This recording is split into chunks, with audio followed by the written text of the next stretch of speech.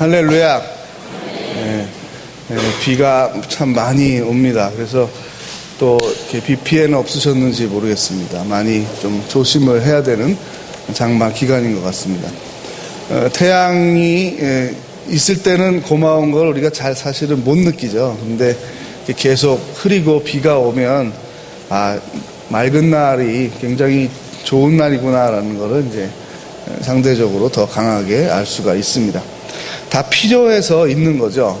계속 태양만 있으면 안 되고 계속 비만 있어도 안 되겠죠. 그래서 조화를 이루는데 어떤 부분에서는 좀 과하게 나타나기도 합니다. 그러나 또 우주 전체를 봐서는 분명히 이유가 있을 터인데 우리가 다 이해하기가 어려운 부분이 있겠죠. 우리가 부분적으로 이해할 수밖에 없으니까 그럴 것 같습니다.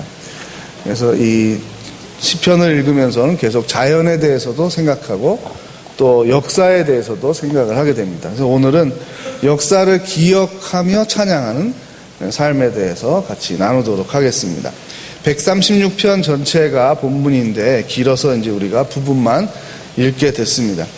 하나님의 성품은 우리가 사랑이다라고 표현을 잘 합니다. 그런데 히브리어에서는 하나님의 성품에 으뜸가는 것으로 인자함을 먼저 강조를 하고 있습니다.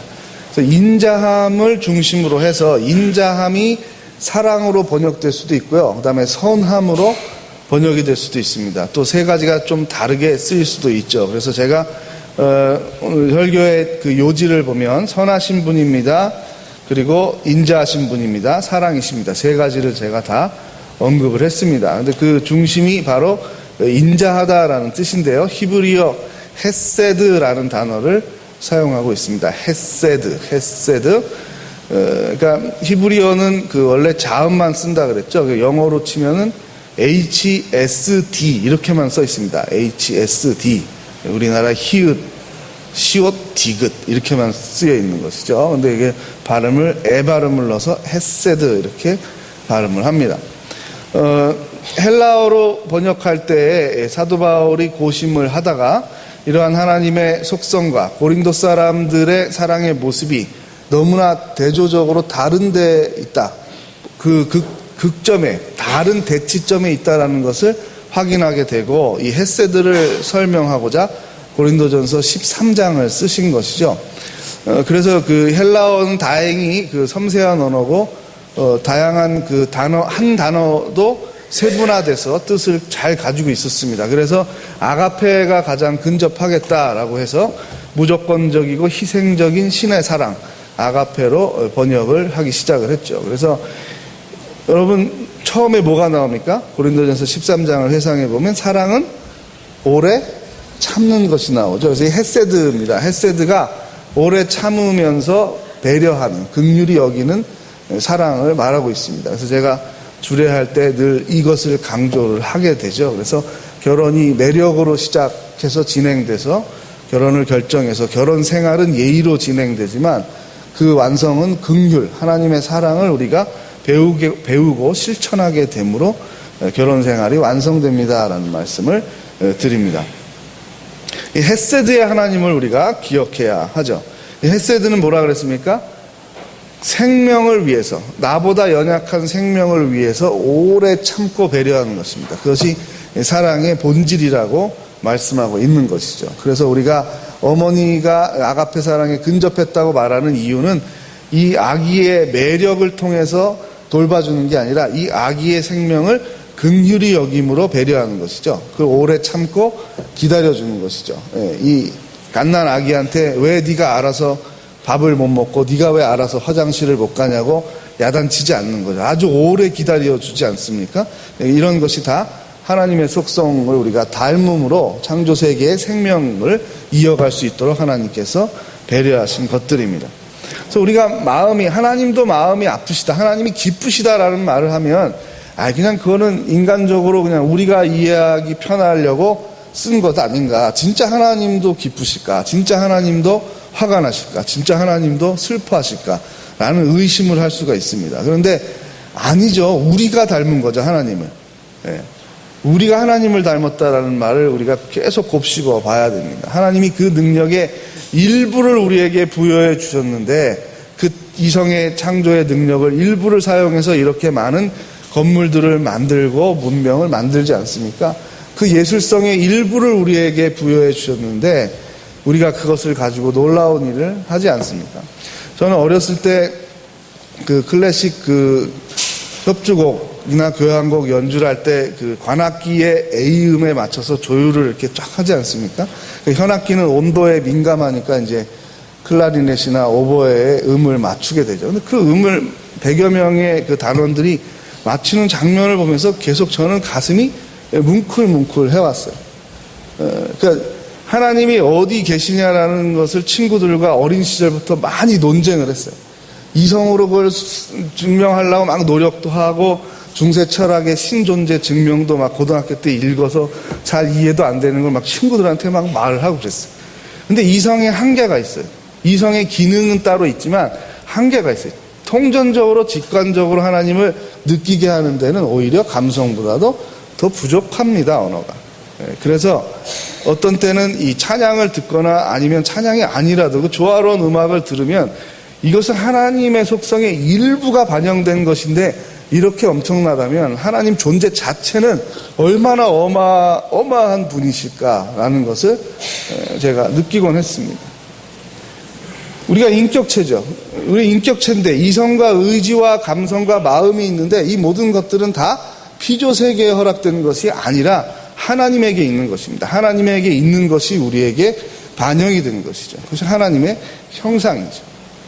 그래서 창세기에도 보면 사람에게 자유의지를 주시고 잘못 사용하는 것을 보셨을 때 하나님이 통증을 느끼고 아파하는 것을 보고 있습니다. 그걸 묘사하고 있습니다. 근데 그 성경을 기록한 시인이 성령의 감동을 통해서 그 하나님 아버지의 마음의 일부를 느낀 거죠. 전체를 다 느끼면 우리의 심장이 어떻게 그거를 감당하겠습니까? 아파서 죽는 거죠. 그 일부가 나타나는 거예요. 우리가 예배를 드리고 하나님께 순종하고 하나님께 잘 쓰임 받으면 하나님께서 기뻐하신다는 겁니다. 우리가 우리의 사랑하는 사람들이 기뻐하지 않습니까? 우리가 행복한 것을 보고 그 기뻐하는 것보다 훨씬 크게 기뻐하는 것이죠. 하나님. 우리가 잘못된 것을 보고 우리의 사랑하는 사람들이 아파하지 않습니까? 하나님은 그거보다 훨씬 깊이 있게 그리고 넓이와 그 수준을 가지고 느끼시는 것이죠. 우리보다 훨씬 더 예민하신 인격체라는 사실을 우리가 기억해야 합니다. 그 많은 디테일한 감성들을 표현해주고 있는 것이 바로 이 시편의 말씀입니다. 그래서 제가 시작할 때도 계속 그 숙제를 내드렸어요. 이제 시편의 후반부를 우리가 가고 있지 않습니까? 그래서 다 쓰면 제일 좋지만 시간이 없으면은 이렇게 딱 이렇게 떠오르는 문장 하나를 적는 습관을 기르십시오. 그걸 적으면 그 다음에 그 중심 문장이 세워지면 그 다음에 거기에 집에 돌아가셔서 주무시기 전에 한번 꺼내보면 아니면 2, 3일이 지나도 이렇게 더 이어갈 수가 있습니다. 성경 본문도 다 적기가 힘들면 그냥 한 구절 오는 거. 하나님의 인자하심이 영원하시도다. 이거 하나만 적어도 굉장히 우리에게 큰 마음의 풍성한 마음밭을 갖고 갈 수가 있습니다. 그래서 시편 150편에 대해서는 여러분들의 우리 성도 여러분들의 시편이 있으면 좋겠다라는 말씀을 계속 드립니다. 오늘 주제는 이제 역사를 통한 하나님 찬양 아닙니까? 마찬가지로 이스라엘의 역사가 기록이 되어 있는데 우리도 우리의 역사가 있지 않습니까? 우리도 시편을 지을 수가 있는 것이죠. 그러니까 이스라엘 백성들에게 큰 사건, 하나님이 선하신 분이다라는 고백을 할 수 있게 된 큰 사건이 바로 무엇입니까? 출애굽 사건이죠. 우상 숭배로부터 해방을 시켜주시고 그 쓸데없는 그 무가치한 일에 평생을 소모해서 왕궁 짓고 창고 짓고 죽은 다음에 왕이 들어가는 무덤 짓기 위해서 모든 젊은이들이 백성들이 힘을 다해서 그 일을 위해서 사는 건데 사실 비교하지 않으면 그 안에서 갇혀서 수십 년을 살면 모르죠. 이 삶이 다 이런가 보다 그냥 그렇게 생각하는 거죠. 모릅니다. 그러니까 하나님은 아시죠. 하나님은 아는데 그 애굽에서 계속 종살이를 하고 있는 사람들은 힘들다 이 정도 느끼다가 그냥 익숙해지는 겁니다. 그러다가 어느 날 기뻐하겠습니까? 파라오의 생일날, 공주의 생일날, 왕자의 생일날 고기가 나오면 그날이 그렇게 기쁘고 행복한 날이 되는 거죠. 그리고선 다시 힘을 내서 또 건설하러 나가자, 노동하러 나가자, 상류에 가서 큰 돌을 실어 오자, 그렇게 사는 겁니다. 하나님 그 전체를 보시고 나서 이것은 내가 계획한 삶이 아니다. 내가 너희에게 목적을 둔 아브라함을 이주시켜서 너희를 통해서 역사를 통한 계시를 이루고자 하는 그러한 선택된 민족으로 살아가는 모습이 애굽에서 종살이하고, 물론 먹을 것도 주고 잘 것도 주고 옷도 주지만 그 의식주가 해결이 된다 그래서 하나님의 의도와 계획과 그 디자인한 것들이 다 성취되는 것이 아니라는 것이 이 출애굽 사건의 동기 아니겠습니까? 그래서 모세를 훈련을 시키지 않습니까? 급하지 않습니까? 급하죠. 급함에도 불구하고 역사는 더디게 움직입니다. 왜냐하면 준비 과정, 훈련 과정을 생략할 수가 없으니까요. 그렇게 급한데 한시라도 빨리 애굽으로부터 나가는 일이 중요한데도 불구하고 광야에서 수십 년 동안 모세가 이게 뭐 하는 건지, 이게 뭐 하는 걸까? 이게 이스라엘이 이 100만 명이 넘는 사람들이 탈출할 수 있는 것과 무슨 상관이 있을까 하는 삶을 살게 그냥 내버려 두십니다. 그런 가운데 계속 하나님을 만나게 하시죠. 근데 이스라엘 백성 전체가 이제 이것의 의미를 기억하게 된 거예요. 그래서 애굽에서부터 우리를 해방시켜 주신 하나님의 인자하심을 감사하는 노래를 하고 있는 것입니다. 그럼 우리도 시편을 적을 때, 여러분이 묵상 적용 기도를 하실 때 최근 역사만 봐도 만약에 일본이 계속 우리나라를 100년, 200년, 300년 지배를 했다고 생각을 해보십시오. 이렇게 우리나라의 그 기독교가 부흥할 수가 있었겠습니까? 네, 일본은 아주 지독한 그 신도의 나라죠. 모든 것을 다 신으로 여기는, 그러니까 아무것도 안 믿는다고 말할 수도 있고 모든 것을 다 신으로 믿는다고 말할 수도 있습니다. 네, 그렇죠. 이런 거죠. 여러분이 결혼을 생각할 때 상대방의 성이 인류가 얼마가 있습니까? 한 30억이 넘지 않습니까? 여러분, 그 사람이 나는 30억을 다 사랑해, 이러면 결혼할 수 있습니까? 30억을 나는 다 똑같이 사랑해. 결혼을 못하는 거죠. 그건 무슨 얘기입니까? 다 사랑한다고 말하지만 아무도 사랑하지 않는다. 아무도 특별하게 사랑하지 않는다는 뜻이죠. 네. 모든 것이 다 신이라는 말은 무서운 말입니다. 그러니까 거부하는 거는 없어요. 예수 그리스도를 막 설명을 하면 그것도 그래, 그것도 좋은 거야, 그냥 하나 이렇게 딱 올려놓는 거죠. 수만 가지의 신 중에 하나로 그냥 여겨줄게. 알았어. 거부하는 건 아니니까 귀찮게 하지 말고 가. 이렇게 되는 거죠.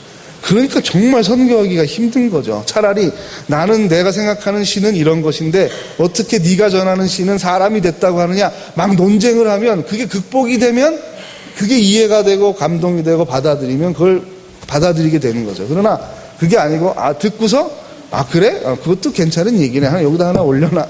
이러고 말면은 이게 참 어려운 겁니다. 네. 일본이 그래요. 뭐 고양이 신도 있고 개신도 있고 다 있어요. 그걸 다 이렇게 신주단지 모신다 그러잖아요. 모셔놓고 신사에서 참배를 해요. 전쟁의 신이 있고 무슨 신이 있고. 그래서 지금도 우파 정권이 잡으면 계속 하는 게 뭡니까? 그 태평양 전쟁을 일으키게 했던 그 힘을 부어줬던 그 신에게, 그 신사에게 가서 참배를 하는 정치인이나 수상이 나오면은 벌떼같이 일어나가지고 막 외부에서 막 비난하는 외신들이 막 쏟아지는 이유가 그 전쟁의 신을 경배한다는 게 무슨 뜻입니까? 태평양 전쟁은 신의 뜻에 의해서 이루어진 것이고 우리가 잠시 힘이 없어서 그 전쟁을 중단을 한 거지만 다시 힘이 생기면 우리의 신이 우리에게 힘을 주면 다시 태평양 전체를 통일시키는 일을 언제든지 할 수 있다. 그런 얘기를 하는 겁니다. 그걸 이렇게 말로 하면은 큰 문제가 되니까 가서 참배만 하고 그냥 오는 거죠. 근데 그 스피릿이라는 게 그걸 이어가겠다는 걸 하는 거니까 우리나라나 중국에서 가만히 안 있는 거죠. 그걸 보면 계속 항의하는 성명서를 내게 되는 겁니다. 우리도 적을 수 있는 거죠. 일본으로부터, 우상신이 가득한 일본으로부터 해방시켜 주신 하나님의 인자하심을 감사합니다. 얼마든지 적을 수 있는 것이죠. 그렇죠? 또 6.25 전쟁 때 만약에 북한이 우리 한반도 전체를 통일해서 지금까지 왔다 그러면 이런 예배당이 있겠습니까? 우리 대한민국의 하늘을 수놓은 이 십자가들이 있겠습니까? 지하에 들어가서 몇 개가 있을지는 모르지만 드러내놓고 하나님을 예배할 수 없고 전할 수 없고 찬양할 수 없는데 얼마나 답답하고 점점 숫자가 얼마나 줄어들겠습니까? 6.25 전쟁으로부터 대한민국의 신앙의 자유를 지켜주신 하나님께 감사합니다. 얼마든지 적을 수 있는 것이죠. 그게 다가 아니죠. 우리 개인에게도 체험이 있지 않겠습니까? 우리 개인의 삶을 돌아보면 하나님의 인자하심과 하나님의 사랑하심과 하나님의 선하신 성품을 체험한 것들을 내가 적을 수 있는 것이죠. 나 개인도 할 수 있고 우리 가족에게 임한 것도 할 수 있고 성광교회의 56년 역사 가운데서 여러분들이 기억하셔서 적을 수가 있는 것이죠. 이것이 우리가 묵상하고 우리가 고백하는 시편들이 나올 수 있어야 한다는 말입니다. 저도 돌아보니까 제가 전에 한번 어렸을 때 죽을 뻔한 이야기를 한번 드린 적이 있죠. 제가 2번 죽을 뻔했는데 하나는 그 차 밑에서 제가 기어 나왔다고 하지 않았습니까? 그래도 그거는 좀 얘기하기가 괜찮은 예화인데 사실 그 지금 제가 하려고 그러는 얘기는 하기가 좀 아주 특별한 얘기입니다. 이게 특별한 얘기라서 근데 생각이 났어요. 일부 예배 시간에 생각이 안 나서 그냥 안 했는데 지금 일부 예배 끝나고 책상에 앉아 있는데 그 생각이 딱 나더라고요. 그래서 이제 하게 되는데 저희 어머니가 외가 쪽이 그 영동 세브란스 그 강남 세브란스 병원이 있는데 거기가 고향입니다. 거기가 다 그냥 농터였어요. 밭이었어요. 아무 건물도 없었어요. 거기 저희 그 외할아버지의 산소가 거기 근처에 있었어요. 그래서 이제 성묘를 가는데 제가 5살인가 6살쯤 됐다 그래요. 그때 막 까불까불하고 막 돌아다니고 그럴 때였나 봐요. 저희 어머니는 이제 9남매인데 어머니가 8번째고 막내 삼촌이 이제 9번째 계신 분이 있어요. 근데 그분이 그때 갓 결혼을 하셨대요. 신혼부부여서 외숙모님도 같이 이제 인사를 드리러 그 성묘를 가는 거였어요. 근데 저희 어머니가 저를 찾으니까 없더라는 거예요. 그래가지고 깜짝 놀라갖고 막 찾으러 다니는데 지금 젊은 사람들은 상상도 못할 일이 그게 강남 한복판에 뭐가 있었냐면 그 농사를 짓기 위해서 그 거름을 주기 위해서 그 대변을 이렇게 큰 웅덩이에다가 모아 놨었대요. 이해가 안 가죠. 강남에다가. 그런데 그게 딱딱하게 이게 굳은 거예요. 굳었는데 거기 제 기억에 분명히 우물 펌프질하는 게 있었어요. 그래서 그게 한창 재밌었던 때예요. 제가 이렇게 하면 물이 나온다는 거. 그래서 제가 기억에 그게 있어가지고 이걸 이렇게 해보려고 막 거기 뛰어간 거예요. 뛰어갔는데 이 땅이 푹신푹신한 게 너무 재밌는 거예요. 푹신푹신하면서 그때 별로 냄새도 안 났어요. 그래가지고 푹신푹신하고 거기 계속 돌아다닌 거예요. 돌아다녔는데 계속 제가 빠진 거죠. 조그만 애니까 빠져가지고 여기까지 찼을 때 외숙모님이 뒤를 돌아다 봤는데 제 머리가 이렇게 보이더라고요. 다행히 제가 이렇게 잠바에 모자가 달린 걸 쓰고 있었는데 막 달려갔는데 이게 손이 안 닿는 거예요. 근데 이렇게 하는 거죠. 새댁이 와가지고 여기 모자죠. 모자를 이렇게 딱 잡아 다녀가지고 저를 꺼냈다는 거예요. 그래서 이제 피부과 병원에 가고 막 씻기고 난리가 났었는데 의사가 그러더래요. 여기까지 잠기면은 그 후유증으로 죽게 될 가능성이 많다고 계속 물어보더래요. 그래서 이제 특별한 이게 비밀이었던 거죠. 저희 이제 어머니 입장에서 시아버지에게 절대 비밀이다. 그래서 제가 말하는 걸 좋아해가지고 이렇게 앉아있다가 할머니, 할아버지, 제가 외할아버지 산소에 갔다가 엄마가 이제 째려보면 이걸 이렇게 하고 이제 멈추고 그랬던 적이 있었죠. 근데 제가 조금만 외숙모님이 늦게 발견했으면 안 보이는 거죠. 여기 들어가가지고 늪처럼 그렇게 됐던 거예요. 그래서 그 얘기를 가끔 하셔요. 아이고 너는 외숙모가 시집 와가지고 딱 그때 너를 구해낸 거라고. 근데 이제 나중에 신앙이 들어서 생각해보면 어렸을 때 너를 이렇게 2번이나 하나님이 구해주셨다는 얘기를 하시더라고요. 어떤 이러한 일들이 우리가 잘 몰라서 그렇지 인식하지 못하는 가운데 하나님께서 우리의 생명을 보호하시고 배려하신 일이 여러 차례 있었을 것입니다. 우리가 섬세한 눈을 가지고 살아가면은 이렇게 극적인 사건 말고도 평범한 하루하루가 하나님의 인자하심에 근거한 배려라는 것을 알게 되는 것입니다. 그래서 자연과 우리가 먹는 것에 대해서도 늘 감사의 눈을 가져야 된다는 것도 여러 번 전해드렸습니다.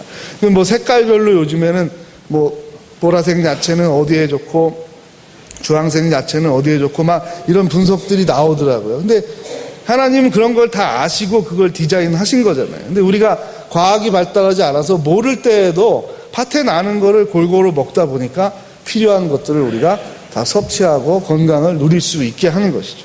하나님 우리에게 이성을 허락해 주신 것도 자연이 이 순환하는 가운데 굉장히 인간이 약하면 죽게 되지 않습니까?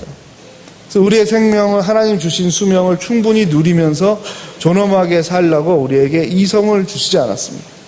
그래서 다른 동물들은 뭐 비가 오거나 춥거나 더우면 그냥 맞이하는 수밖에 없지 않습니까? 그러나 사람들은 어느 정도 그것을 조절하고 피할 수 있는 능력을 우리에게 주셨습니다. 그래서 건물을 짓는 능력은 우리에게 있는 거죠. 물론 뭐 개미도 집을 짓고 하지만 그 집 짓는 것과 우리가 이렇게 건물을 져서 전기시설을 만들고 물을 공급하고 에어컨을 만들고 히터를 만드는 그 능력과는 비교가 안 되는 것이죠. 이러한 모든 것들이 다 하나님의 선하심에 근거한 것입니다. 얼마든지 우리가 이렇게 쓸 수도 있는 것입니다. 우리 인류에게 이렇게 과학과 의료와 이런 기술이 발달하게 해주신 인자하심을 찬양합니다. 그 혜택을 내가 구체적으로 볼 수 있지 않습니까? 그래서 구체적으로 보면 내가 이번에 다리가 아팠었는데 이렇게 시술을 받게 해주신 하나님의 인자하심에 감사를 드립니다. 이런 모든 것들이 우연하고 당연한 것이 아니라 하나님과 연결이 되어 있는 우리의 신앙의 체험으로 연결될 수 있어야 한다는 것입니다. 또한 하나님의 놀라우심이 어디에 있습니까? 우리가 하나님만을 신뢰하고 하나님만을 경외하는 근거가 어디 있습니까? 하나님은 성품에 있어서나 하시는 말씀에 있어서나 그리고 행하시는 일에 있어서 분열이 없습니다. 망각이나 분열이 없습니다. 그러나 사람은 그때 말할 때의 진심이 있어도 지킬 능력이 없거나 망각을 할 수가 있죠. 그리고 진심을 말을 못할 때가 많습니다. 우리가 많이 하는 말이 뭡니까? 내가 진심은 그게 아니었는데 그때 내가 화가 나서 말이 헛나왔어. 그때 원래 내가 그 말을 하는 것까지는 아니었는데 지나쳤다라는 말을 하는 거죠. 하지만 돌이킬 수가 없는 거죠. 미안하다는 말 외에는 과거로 가서 그거를 다시 정정할 수는 없는 거 아닙니까? 술 많이 마시는 사람들의 특징이 뭡니까? 내가 그랬어?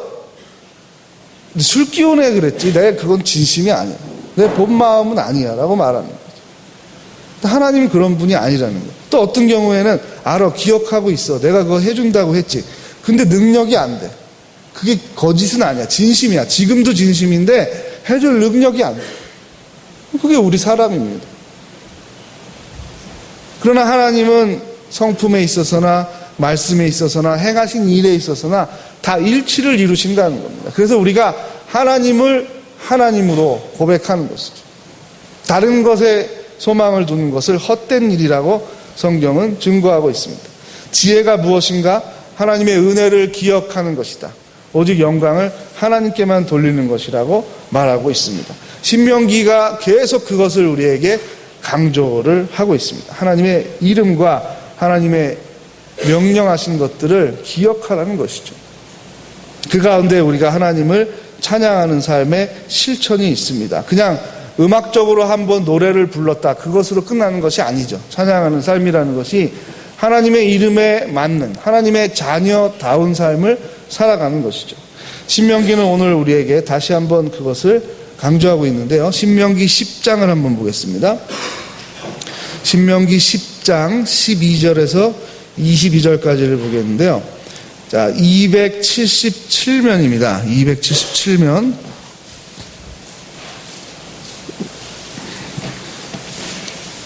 자, 이것은 전체 예언서 15권의 스피릿, 정신입니다. 그래서 하나님께서 요구하시는 것, 이렇게 별명이 붙어 있는 부분인데요. 자, 신명기 10장 12절에서 22절까지를 좀 빨리 읽어보겠습니다. 제가 먼저 읽겠습니다. 이스라엘아, 내 하나님 여호와께서 내게 요구하는 것이 무엇이냐? 곧 내 하나님 여호와를 경외하며 그의 모든 도를 행하고 그를 사랑하며 마음을 다하고 뜻을 다하여 내 하나님 여호와를 섬기고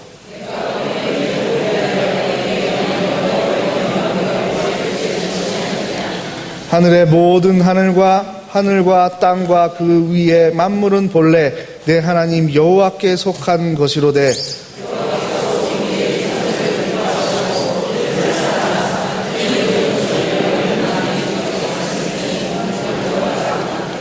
그러므로 너희는 마음에 할례를 행하고 다시는 목을 곧게 하지 말라.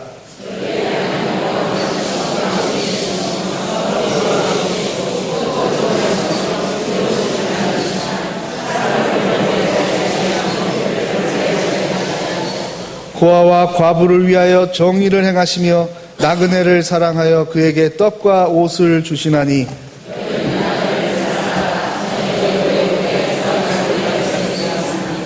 내 하나님 여호와를 경외하여 그를 섬기며 그에게 의지하고 그의 이름으로 맹세하라.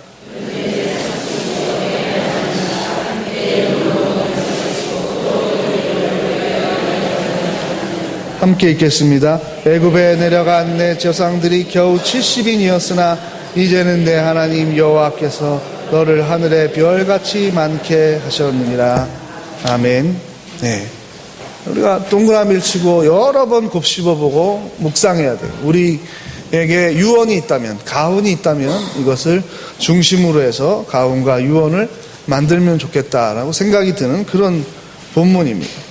너희가 애굽에서 종살이했던 때를 기억하라. 그것을 긍휼히 여기신 하나님께서 구원해 내셔서 너희에게 참 자유를 주셨다. 너희의 조상들이 70명밖에 안 됐었지만 지금의 하늘의 별같이 많은 자손들을 너희에게 허락했다. 너 여호와는 신 중의 신이다. 이 말은 신이 여럿이 있다는 얘기를 하는 게 아니라 대부분 사람들이 알고 경험해서 만들어 놓은 것이 헛된 우상들이라는 거죠. 그러니까 소문자 가스, 소문자 지에다가 s를 붙여서 헛된 신들이라는 표현을 합니다. 우리 하나님은 대문자입니다. 대문자 God 해서 하나님, 유일하신 하나님인 것이죠. 하나님과 헛된 우상과 같지 않다라는 것입니다. 그것을 계속 강조하고 있습니다. 그 찬양의 내용이죠. 그래서 하나님을 찬양하며 이 신명기의 말씀을 기억하는 우리들은 하나님을 기뻐하시는 헌신의 삶을 살게 됩니다. 어떤 것이 하나님을 기쁘시게 하는가를 알기 위해서 우리가 성경을 계속 읽고 묵상하는 훈련을 하고 있습니다. 그것은 예배와 양육, 전도와 봉사, 해외 선교로 나타나 있습니다. 그것이 막 비밀스럽고 어렵고 평생 연구해도 하나님 기뻐하는 걸 못 찾겠다. 그렇게 하나님 개팍하신 분이 아닙니다. 우리에게 강조하고 반복해서 알려주고 계십니다. 우리가 잘 알 수 있는 것들입니다. 그것을 우리가 잘 지켜 순종할 때 하나님을 찬양하는 삶을 살 수가 있습니다. 성강교회 성도 여러분, 이제 말씀을 맺겠습니다. 하나님께서는 우리가 하나님의 은혜를 기억하며 찬양하기를 원하십니다. 아멘. 하나님께서는 우리가 역사의 주관자이신 하나님을 경외하며 그 뜻에 순종하기를 바라십니다. 아멘. 하나님께서는 우리가 하나님의 은혜를 찬양하며 하나님께서 기뻐하시는 일에 헌신하기를 권하고 계십니다. 아멘. 찬송 401장 1절을 같이 하시겠습니다.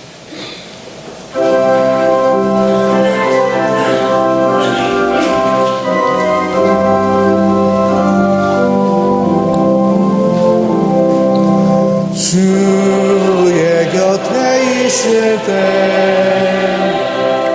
마음이 든든하오니 주여 내가 살 동안 인도하여 주소서.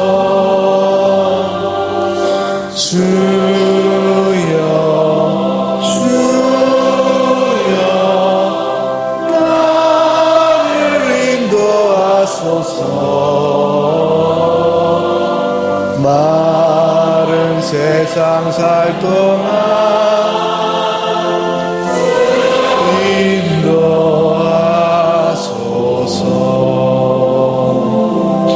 인도하소서. 합심하여 기도할 때 우리에게 선하신 하나님, 인자하신 하나님, 사랑을 베푸시는 하나님 은혜에 감사하며 우리의 삶도 돌아보며 우리의 가정과 나라의 역사와 교회의 역사를 돌아보며 찬양하는 가운데 주님 기뻐하시는 헌신의 삶을 허락해달라고 함께 통성으로 기도하겠습니다.